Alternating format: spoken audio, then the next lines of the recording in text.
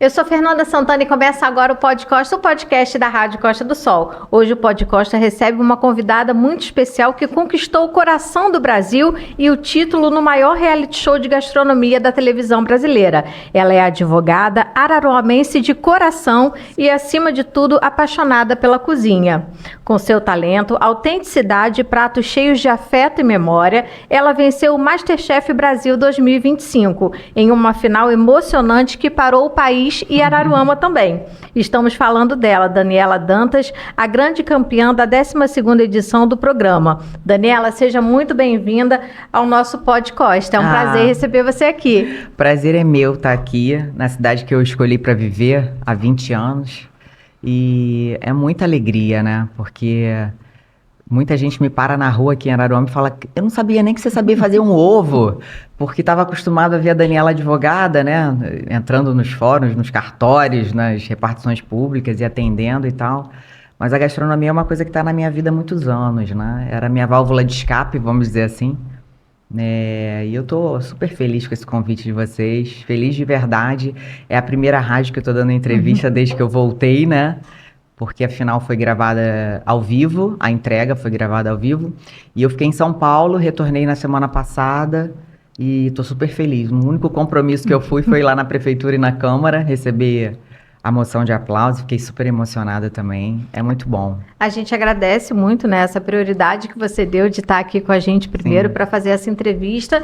E quando a gente vê o carinho que você fala com relação à culinária e essa questão afetiva. Eu queria que você contasse um pouquinho dessa história lá de trás, a questão da sua avó, da cozinha italiana. Também tem uma questão de Salvador, do tempo que você passou lá. Eu queria que você falasse um pouco como que esses fatores contribuíram para a sua forma de ver a cozinha e os pratos que você prepara. Eu acho que eu sou bem o reflexo de muitas pessoas, muitos brasileiros, né? Muitas pessoas comuns. Não tenho nada de extraordinário. A única coisa extraordinária em mim é a vontade, né? E quando eu era criança eu gostava muito de comer. Então eu era uma criança que, assim, eu não rejeitava nada que me dessem, né? Essa lembrança que eu tenho, eu gostava de provar as coisas, né? E a minha madrinha, irmã da minha mãe, ela morava em Salvador, casada, enfim, e a gente ia praticamente todas as férias, né, de final de ano. Os meus pais, eu não tinha irmãos ainda, a gente ia para Salvador e ficava na casa dessa minha tia, e o marido dela é um gaúcho, né, e ele gostava muito de fazer churrasco e tudo isso. Então esse universo assim da cozinha sempre esteve muito presente na minha vida. A mãe do meu pai, Dona Lourdes, já é falecida infelizmente, ela era uma cozinheira de mão cheia, né? Então assim, ela era daquelas que cozinhava forno, fogão, doce, salgado, e 3 horas da tarde estava tudo arrumado, limpo. Era um furacão, Dona Lourdes. E você já começou a arriscar os primeiros passos já na infância com eles? Então, antigamente, né, a cultura gastronômica era mais restrita, né? Se eu falasse para o meu pai que eu queria ser cozinheira, eu acho que ele tinha um surto, né? Porque os pais sempre pensavam que a gente tinha que ter uma profissão formal, né? Para te deixar independente e tal. Mas eu sempre gostei muito de ficar na cozinha, né? Os adultos cozinhavam e eu gostava de estar ali xeretando, olhando, né? Mas, assim, não me deixavam pegar em faca, fogão, nada disso. Isso, com a adolescência, eu comecei a ver um pouco mais a minha avó cozinhar. E a primeira memória que eu tenho, assim, de massa, de coisa, eu entrei na cozinha da casa dela, em Jacarepaguá, e tinha farinha até o teto. Ela fazia lasanha com a minha tia para vender, congelada, né? E era a melhor lasanha que eu já comi na vida, é aquela lasanha da minha avó, que eu, graças a Deus, consigo reproduzir hoje. Ela já comeu minha lasanha e ela disse: não, tá boa, tá boa. Se ela provou, então tá sinal que ficou no ponto certo. E ela fazia massa, fazia o molho, fazia tudo isso. E eu fiquei, primeira vez, eu falei: caramba, como é que pode fazer massa, fazer molho, né? Aquilo ficou na minha memória. Depois eu fiz faculdade, e aí você começa uma vida mais formal. Acaba que você vai obrigatoriamente se distanciando, né? Mas eu morei numa república no Rio de Janeiro, na época da faculdade, e de vez em quando eu estava lá na cozinha, cozinhando alguma coisa para as outras meninas que moravam junto comigo nesse apartamento. E sempre foi assim. E aí casei, tive minha filha, uma vida complicada de trabalho, né? Muito, direito sempre foi uma coisa muito que eu gosto muito de fazer, é uma vocação realmente. Eu nasci advogada e a minha formação formal mesmo no direito não me permitia muito, né, o exercício da gastronomia. Eu fazia comida final de semana, mas nada profundamente, né? Gostava muito de pesquisar, de ler coisas. E a partir da pandemia, aquela parada que todo mundo deu, eu comecei a pesquisar de fato outras coisas que me interessaram, fermentação longa, natural. E aí a partir daí fui aprofundando cada vez mais, né? A minha situação de trabalho já me permitia uma folga maior, assim, principalmente sexta-feira já não precisava mais eu tanto ao escritório, sábado e domingo ficava em casa, e aí eu comecei a comprar mais equipamentos, a minha situação financeira também já permitia que eu pudesse investir, porque os equipamentos de cozinha profissional e de cozinha que você vai trabalhar, principalmente confeitaria, são caros realmente. E eu comecei a me dedicar a esse meu hobby, né? Então, e nunca fiz nenhum curso, na verdade, né? Tudo pela internet. O YouTube é maravilhoso, né? A gente estava conversando aqui no intervalo, você estava falando exatamente isso. Os streamings, eles abriram a cabeça do brasileiro, Sim. né? Mas, como a gente estava conversando, o MasterChef realmente ele foi quem abriu essa porta, né? Ele que Sim. apresentou os brasileiros. Eu queria saber se Sim. antes de participar, se você já era fã do programa, ou se você não Sim. assistiu, ou se você já assistia sempre sim. que tinha, já tinha um carinho pelo MasterChef eu antes da oportunidade de participar? eu assisti desde da primeira temporada, né, com a Elisa, que inclusive eu tive um prazer de fazer uma prova com ela nessa temporada, pessoa maravilhosa. Era amadora, hoje ela é uma grande chefe de cozinha, enfim, uma pessoa que tem muito conhecimento na área. E eu assistia o MasterChef, só que eu assisti o MasterChef pela cozinha, mas eu assistia normalmente assim no dia seguinte, porque passa muito tarde, indo pro escritório eu via, né, os cortes já no YouTube. E eu não lia, não via esse mundo do entretenimento, né? Mas o MasterChef, sem dúvida, não só para mim, eu digo isso assim, não só como uma espectadora de MasterChef, mas como uma pessoa que gosta de gastronomia. E o MasterChef, ele mudou toda uma geração, né? E tem 11 anos, está na 12ª temporada, porque na pandemia houve temporadas curtas, né? Então mais de uma temporada, por isso que a gente tem essa diferença. Mas mudou a cabeça de muita gente, mudou a forma como as pessoas se posicionam para ir no restaurante, né? Hoje as pessoas querem um restaurante para experimentar coisas diferentes, né? Então o MasterChef, sem dúvida nenhuma, além de ser o programa mais visto de gastronomia, eu acho que ele virou a referência mesmo para quem gosta de gastronomia, para quem gosta de restaurante, para quem pensa em mudar de profissão, para quem ama simplesmente gastronomia e quer começar a estudar em casa e fazer. E ele mudou muito, né? Os primeiros programas, se você observar para hoje, os amadores, mudou completamente a forma como as pessoas cozinham, né? Tem gente que fala, eles não estão cozinhando. Na final do MasterChef, o chefe Jacan, eu tava vendo o recorte, porque eu não vi na hora, né? Eu tava vendo o recorte, o chefe Jacan tava falando que o que a gente entregou, não só eu, mas o Felipe também, um excelente cozinheiro, a gente não entregou pratos de amadores, né? Ele falou, se me chamam para ir na casa de uma pessoa no final de semana e me apresentam isso aqui, eu vou falar, eu não tô na casa de um amador, né? E isso é por causa do MasterChef, né? O MasterChef, ele mudou a visão das pessoas a respeito da gastronomia no Brasil, isso é um fato. Até realmente, quando as pessoas vão conversar hoje sobre ingredientes e tudo, as pessoas já têm até o linguajar, né? A gente fala assim, até a forma de falar dos chefes. É verdade. A gente já conhece mais as palavras e entende até um pouco mais quando a gente vê o programa do que antigamente. Sim, e isso é o máximo, né? Porque antigamente você falava mise en place, aí termos em francês, né? Porque a culinária francesa, ela começou essa organização da cozinha, né? Em praças, em setores, né? E as pessoas falavam, o que é isso? Não, hoje todo mundo já sabe o que é mise en place, né? Todo mundo já sabe o que é um crème légère, né? Eu acho tão legal isso, assim, eu acho... Porque é enriquecedor, né? De certa forma, não é só a gastronomia, né? Aí você desperta a vontade pelo conhecimento da linguagem, né? Da língua francesa ou da língua italiana, porque você tem denominações ali, nomes e... E a cultura também, né? Sim. Porque é muito interessante até a cultura, quando a gente fala de Brasil, né? Sim. Porque quando você vem com os pratos e você traz também os ingredientes, tem também aquele momento que são os ingredientes do Brasil. Sim. A gente fala da cultura, fala das regiões do Brasil, né? Que o Brasil, como ele tem essa composição tão mista, então você tem vários ingredientes e sabores diferentes dentro do mesmo país. Nós somos um país continental, né?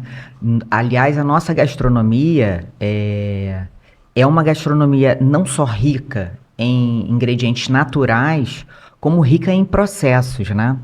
Eu tive o prazer de usar ingredientes nacionais na minha entrada e eu fiz uma sobremesa autoral só com ingredientes brasileiros, nativos do Brasil, né?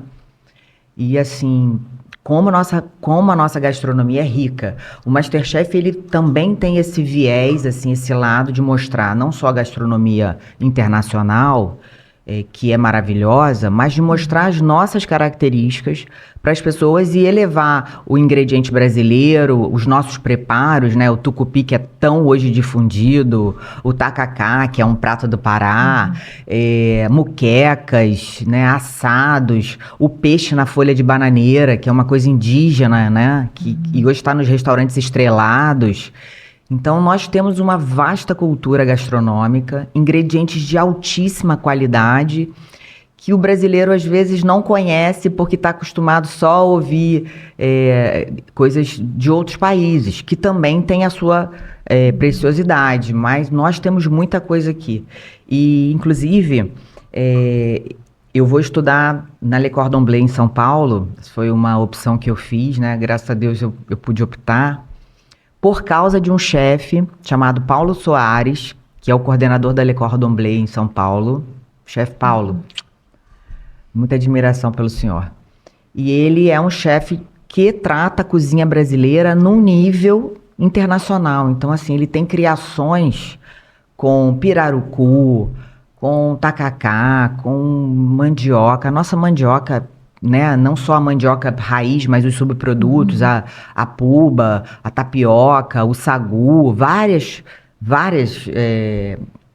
derivações da mandioca que são utilizadas em muita coisa, não é só farofa, né, não é só farinha de mandioca. No meu prato de entrada, eu fiz um suflado de mandioca, que é uma receita feita com farinha de mandioca e água, né, e assim... É muito rico isso, né? Então, assim, meu marido fala que meus olhos brilham quando eu falo de gastronomia. Mas é porque é realmente extraordinário, né? Não tem sensação melhor do que você servir uma pessoa e ela comer e ter aquela alegria, né? Eu acho que poucas são as coisas na vida que dão para o ser humano esse contentamento, né? Daniela, e como você falou aí do seu marido, eu quero saber como é que foi a reação da sua família, a reação deles quando surgiu a oportunidade de você ir pro MasterChef. Já era uma vontade que você tinha, então eles não ficaram assustados ou foi realmente uma surpresa? Menina, eu sou uma pessoa meio diferente, assim. Por quê? Porque quando uma ideia surge para mim no universo abstrato da minha cabeça, eu não exteriorizo, né? Eu vejo aquela ideia e aí eu digo que eu fico grávida da ideia, né? Eu começo a analisar todas as possibilidades, as minhas condições, né? Não só internas, mas externas e tal. E há 2 anos, quando eu tomei a decisão que eu achei que eu poderia, tecnicamente, ir para o MasterChef sem passar vergonha, né, minha gente? Por favor. E aí eu comecei a estudar de uma maneira mais intensa, mas eu não falei nada pro meu marido. Ninguém lá em casa soube de nada. E aí quando eu mandei a minha inscrição o ano passado, e a minha inscrição foi aceita, eu falei pra ele, ué, agora eu tô entendendo, eu achava que você tava vendo programa, você tava estudando. Porque à medida em que eu ia vendo os processos, né, os processos não jurídicos, os processos alimentícios, né, a forma de cozinhar, eu ia tentando reproduzir as receitas e analisar como eu faria isso, né, estudar realmente a técnica. E aí meu marido brincava comigo, ele falava, tem tanta coisa aqui em casa, tem tanto equipamento que eu não sei nem para que serve. Mas na verdade era o meu estudo, né?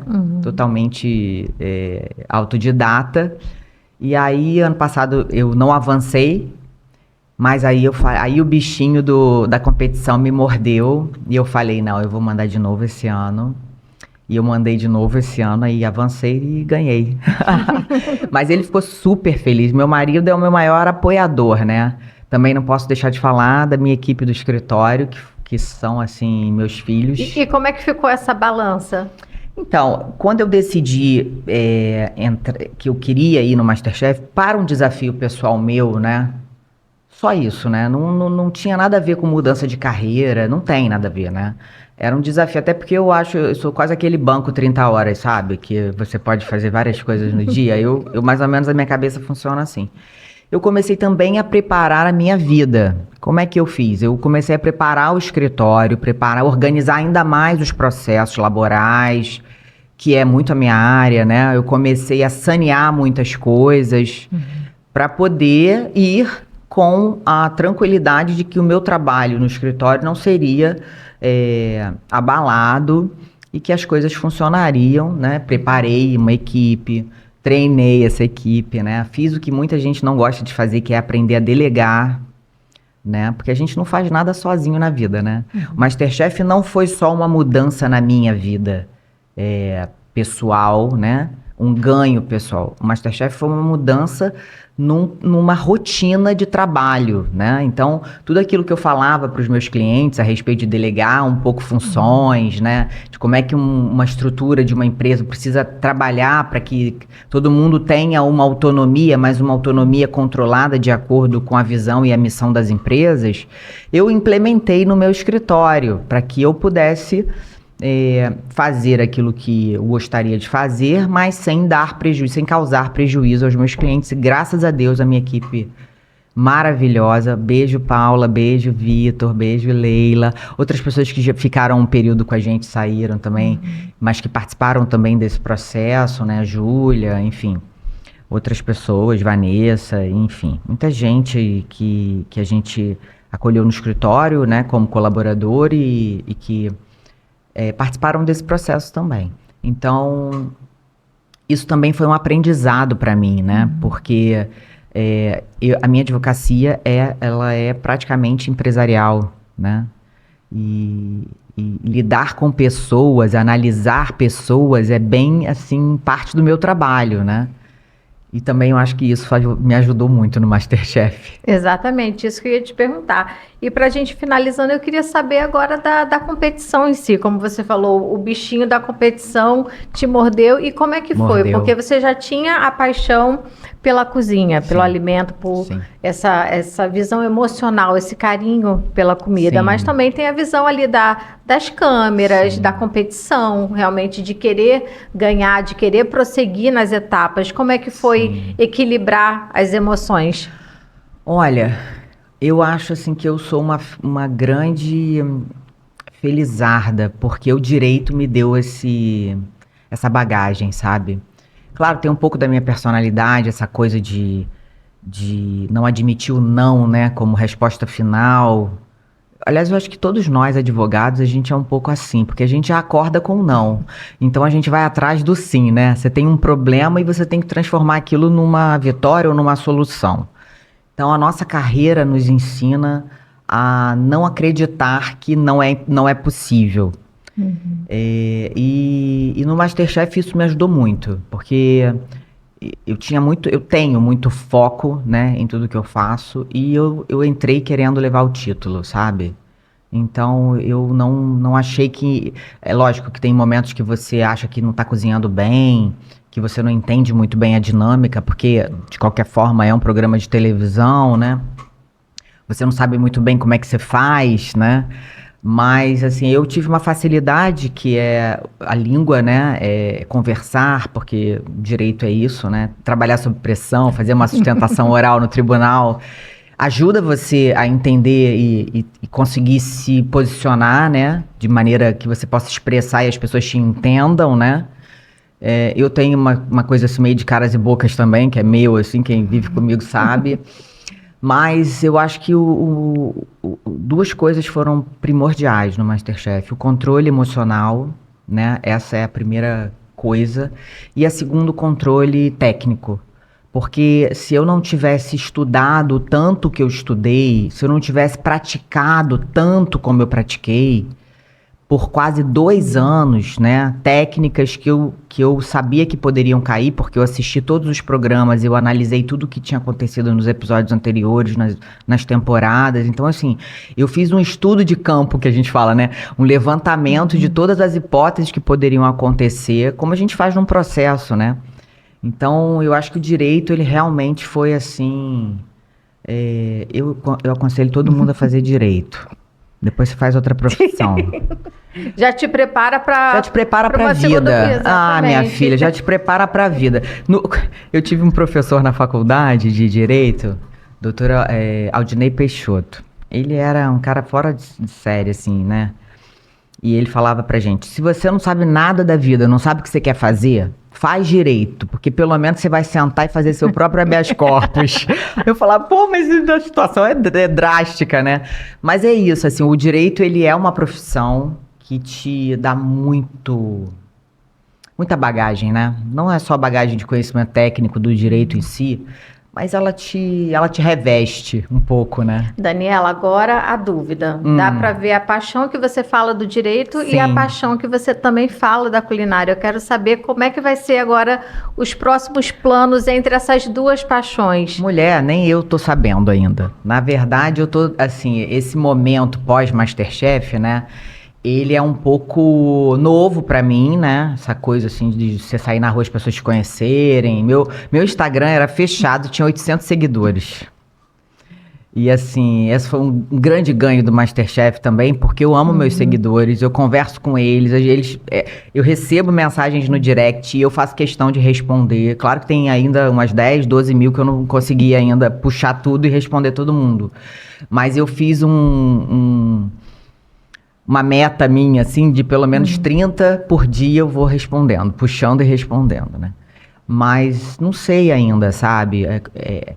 O direito também me dá essa visão empresarial, né? Por lidar com empresários há 20 anos, eu tenho essa visão muito clara do que é um restaurante, não só do ponto de vista jurídico, né? Enfim, empregados, alvarás, licenças, né? Compras, mas também da questão de você entender que não é só o sonho que sustenta um restaurante, né? Não é só a boa comida que sustenta o restaurante. É uma boa gestão, é um conjunto de fatores, né? Pesquisa de mercado, análise do consumidor, é uma série de coisas que acometem a toda a empresa, né? Então, assim, eu tenho muita vontade. O Dona Dandy é um projeto meu muito antigo, realmente, que eu quero colocar na prática, mas eu quero me preparar muito para isso acontecer e que ele seja perene, sabe? Eu não gosto nada na minha vida de começar e no meio do caminho ir mudando e fechando, sabe? Eu não sou uma pessoa de relacionamentos curtos. E você enxerga ele aqui na região dos lagos, aqui no nosso mar, na nossa lagoa? Então, eu enxergo e acho que vão aparecer aí bons parceiros para a gente analisar o projeto que eu tenho em mente, né? Que a gente está criando. Esse primeiro ano, possivelmente, eu vou ficar um pouco em São Paulo e um pouco aqui em Araruama, né? Por conta dos meus compromissos. Mas eu estou desenvolvendo isso de uma maneira muito criteriosa, né? Olhando tudo que eu estou aprendendo, os contatos que eu tenho feito e pedindo a Deus, porque sem Deus nada é possível na vida da gente, né? Não foi na minha e não vai ser diferente agora, que a gente consiga trazer para cá, porque eu sinceramente acho que todas as pessoas têm direito e devem conhecer uma boa gastronomia, né? Que não tem a ver necessariamente com quantidade de comida, mas com pratos diferentes, né? Sabores diferentes, acesso a ingredientes que não são comuns, para que as pessoas possam ter sensações, né? Experiências, né? O restaurante hoje ele é muito mais um lugar para você ter uma memória, uma experiência, do que propriamente para você se alimentar, né? Sim. Somente se alimentar. Então eu acho que ele vai sair do papel, sim, na hora que tiver que sair, com os parceiros certos, né? E vai ser sucesso. Dani, então nós da equipe Rádio Costa do Sol parabenizamos você, né, por essa Obrigada. vitória. Agradecemos também em nome de Araruama, né? Ah, muito Porque mesmo obrigada. você tendo nascido lá em Petrópolis, mas acredito que um carinho, Sim. né, todo um carinho aqui pela cidade Sim. de tantos anos que você já está Sim. aqui e ficamos aguardando o restaurante para a gente poder ir lá Sim. saborear alguns desses pratos maravilhosos que você trouxe. Eu vou ter muito prazer, assim, o dia que a gente trouxer realmente, né, fizer essa... assim, porque realmente eu tava conversando com meu marido, a gente ama Araruama, né? A gente adora, a nossa casa, ela tem uma vista boa pra lagoa, né? E escondidinha, assim, e a gente fala, nossa, é um paraíso, né? Então, assim, nós precisamos valorizar isso. Araruama não só tem paisagens tão lindas como o hino dela diz, né? Mas esse vento, essa brisa, né? Essa paz que a gente tem aqui, que a gente não encontra em qualquer lugar. E comer bem num lugar desse é para poucos, não é? Uma combinação boa, né? Perfeita, né? Mas eu espero que Dona Dante seja uma realidade em Araruama. E eu tenho certeza que vai ser até antes do que eu estou projetando aqui, porque todas as coisas cooperam para o bem daqueles que amam a Deus, né? Então, eu sei que isso vai acontecer. E vou, enquanto isso, trabalhando para que essas coisas aconteçam e a gente tenha muita alegria. Obrigada, viu, pelo carinho. Dani, muito obrigada, muito sucesso. E a Muito gente obrigada. fica aguardando o restaurante novo. E é isso, toda semana tem episódio novo do Pod Costa. Até o próximo.